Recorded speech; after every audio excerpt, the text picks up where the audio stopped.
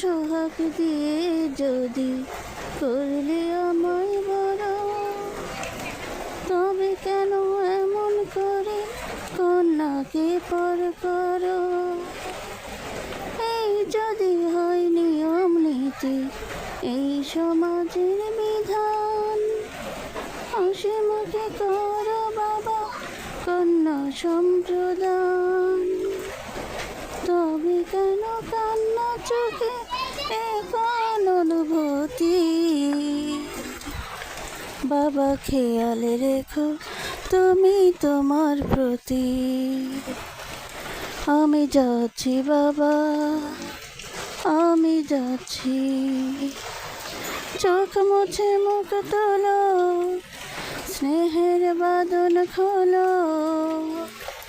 এবার তোমায় দিতে যে হয় যাবার অনুমতি।